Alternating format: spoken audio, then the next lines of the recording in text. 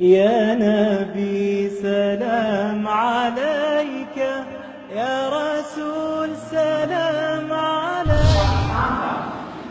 سب سے پہلا وزیر اعظم. آؤ آج میں آپ کو وہ کہانی سناتا ہوں جو پاکستان کے سب سے پہلے وزیر اعظم جناب لیاقت علی خان صاحب کی کہانی ہے. یہ وہ وزیر اعظم تھے، کہتے ہیں کہ آپ کا تعلق بھارت کے ضلع کرنال سے تھا اور آپ اپنے وقت کے بہت بڑے جاگیردار تھے.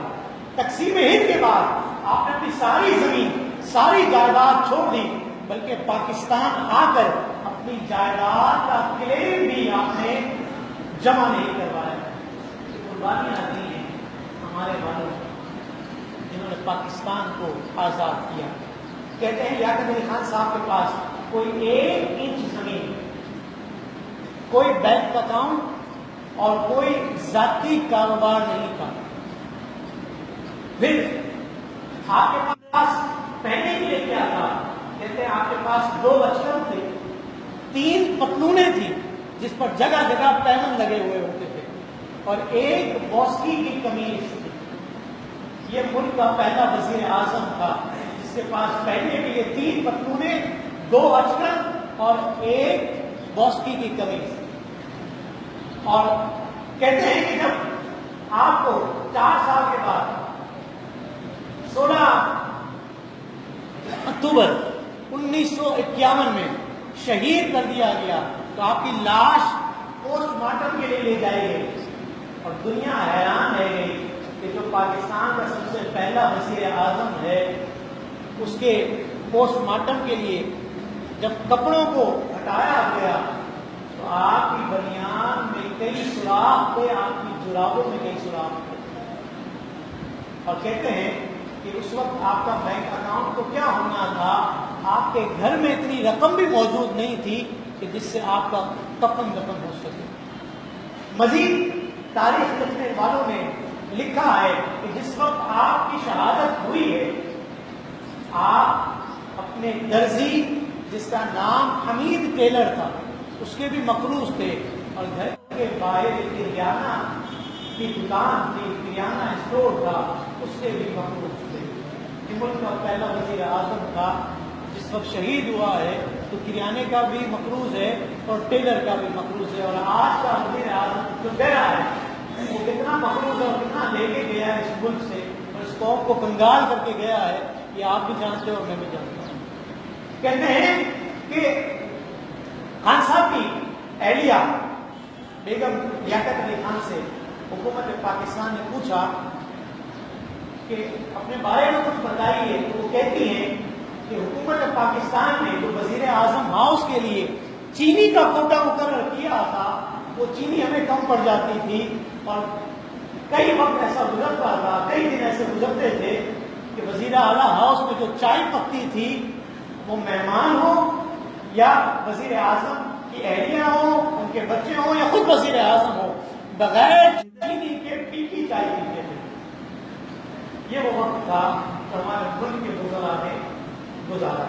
پھر کسی بیوروکریٹ نے بیگم لیاقت علی خان سے آپ کی شہادت کے کچھ عرصے کے بعد پوچھا کہ لوگ اپنے بیوی بچوں کے لیے کچھ نہ کچھ تو جمع کر لیتے ہیں، کوئی جائیداد بناتے ہیں، کوئی کوٹھی بناتے ہیں، کوئی بینک بیلنس ہوتا ہے. آپ کے شوہر نے لیاقت علی خان صاحب نے جو ملک پاکستان کے سب سے پہلے وزیر اعظم تھے انہوں نے کوئی جائیداد اکٹھی نہیں کی، کوئی بینک بیلنس نہیں بنایا. تو محترمہ کہتی ہیں کہ یہ سوال میرے ذہن میں بھی آیا تھا اور میں نے بھی ان سے پوچھا تو انہوں نے جو جواب دیا وہ کیا جواب تھا کہ آج کل کے وزراء اور حکمران اگر یہ سنیں اور اس کو اپنے دل میں جگہ دیں اور کاش کہ اس پر عمل کریں تو یہ ملک جو ہے یہ بہت زرخیز ہے. اس میں اللہ رب العالمین نے بہت کچھ رکھا ہے، اور کیا کچھ رکھا ہے میرے پاس موجود ہے یہ ساری ڈاکیومنٹری. فرمایا کہ لیاقت علی خان صاحب سے جب میں نے پوچھا، بیگم کہتی ہیں کہ آپ نے اپنے بیوی بچوں کے لیے کچھ جمع کرنے کا شوق نہیں پالا، تو کہتے ہیں کہ میں بڑے گھر سے تعلق رکھتا تھا، میرے حالات یہ تھے کہ جب میں آکسفورڈ یونیورسٹی میں پڑھتا تھا تو میرے گھر والوں نے میرے لیے خادم بھی رکھے ہوئے تھے اور ڈرائیور کا بھی اہتمام کیا ہوا تھا. مجھے کہیں جانا ہوتا تھا تو ڈرائیور مجھے لے جاتا تھا, خادمین میرے آگے پیچھے پھرتے تھے. میرے گھر میں 50 اور 100 افراد کا کھانا ڈیلی بیسس پر پکا تھا, چاہے کوئی کھانے والا ہو یا نہ ہو. یعنی اتنا امیر کبیر خاندان تھا لیاقت علی خان صاحب کا. لیکن جب مجھے وزارت عظمیٰ کی آفر ہوئی تو میرے سامنے دو راستے تھے. جب میں چاہوں تو نوابوں والی زندگی گزاروں یا چاہوں تو وزارت عظمیٰ کو گلے لگاؤں. اور جب میں وزارت عظمیٰ کو گلے لگاؤں گا تو پھر میرے حوالے سے یہ سارے کے سارے عیش اور تعیشات نہیں ہوں گے. کہتے ہیں میں نے وزارت عظمیٰ کو گلے لگایا. اب جب میں نے وزارت عظمیٰ کو گلے لگایا ہے تو پھر کیا ہوا؟ کہتے ہیں کہ جب میں کبھی بازار گیا اور دل چاہا کہ نیا لباس میں خریدوں تو دوسرا ذہن میرا یہ بنا کہ کیا ملک پاکستان میں رہنے والے ہر فرد کے پاس نیا لباس ہے؟ جب میرے ذہن میں یہ بات آئی تو میں نے نیا لباس نہیں خریدا.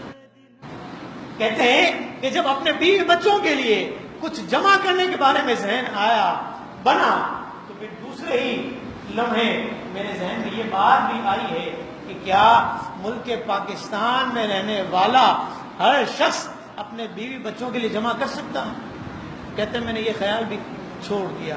پھر کہتے ہیں کہ جب یہ بات میرے ذہن میں آئی کہ اپنے لیے کوئی مکان ذاتی بنا لو تو پھر دوسرے ہی لمحے میرے ذہن میں یہ بات آئی ہے کہ کیا ملک پاکستان میں رہنے والا ہر شخص اپنے ذاتی مکان میں رہتا ہے؟ جب رہتا ہے تو پھر میں بھی لے لیتا ہوں. کہتے ہیں جب جوابات سارے کے سارے نفی میں نیگیٹو میں میرے سامنے آ گئے تو پھر میں نے یہ ذہن بنا لیا کہ ملک پاکستان کا وزیر اعظم ہو, غریب ملک کا وزیر اعظم ہو, اس کے لائق نہیں کہ وہ نیا لباس بار بار پہنے, اپنے ذاتی مکان میں رہے یا جو ہے عیش و عشرت اور تعیش کی زندگی بسر کرے. کہتے ہیں کہ پاکستان بہت قربانیوں کے بعد ہماری سے وجود میں آیا ہے اور یہ ہماری ذمہ داری ہے کہ ہم اپنے وطن سے نہ صرف محبت کریں بلکہ اپنے وطن کو ترقی یافتہ ملکوں کی صفوں میں شامل کرنے کے لیے قربانیاں دیں, کیونکہ پاکستان ہمارا ہے. جب پاکستان ہمارا ہے تو اس پاکستان کو ہم نے ترقی کی راہ پر گامزن کرنا ہے. جب ملک وزراء کا اور خادمین کا یہ عالم ہوا کرتا تھا تو پاکستان ترقی بھی کرتا تھا. اگرچہ پاکستان کو بنے ہوئے تقریباً 4 سال ہوئے تھے کہ لیاقت علی خان صاحب اس دنیا سے رخصت ہو گئے, لیکن دعوت فکر لے گئے کہ ملک پاکستان کی بہتری چاہتے ہو, اس کی فلاح و بہبود چاہتے ہو, اس کی تعمیر و ترقی چاہتے ہو تو ملک کا وزیر اعظم لیاقت علی خان تھا. 3 پتلونیں تھیں, اس پر بھی پیوند تھی. جو بنیان پہنتا تھا اس میں بھی سوراخ تھے, جو جرابیں پہنتا تھا اس میں بھی سوراخ تھے. اور آپ کے پاس چائے پکانے کے لیے چینی بھی میسر نہ ہوا کرتی تھی, پھیکی چائے پیا کرتے تھے. جب یہ ذہن تھا, جب یہ نظریہ تھا تو پاکستان ترقی کی راہ پر گامزن تھا. اور جب یہ ذہن ختم ہو گیا اور ملک کی باغ دور ان لٹیروں کے ہاتھوں میں آ گئی جنہوں نے پاکستان کو ہر طرف سے لوٹنا شروع کیا, تو آج حال آپ کے سامنے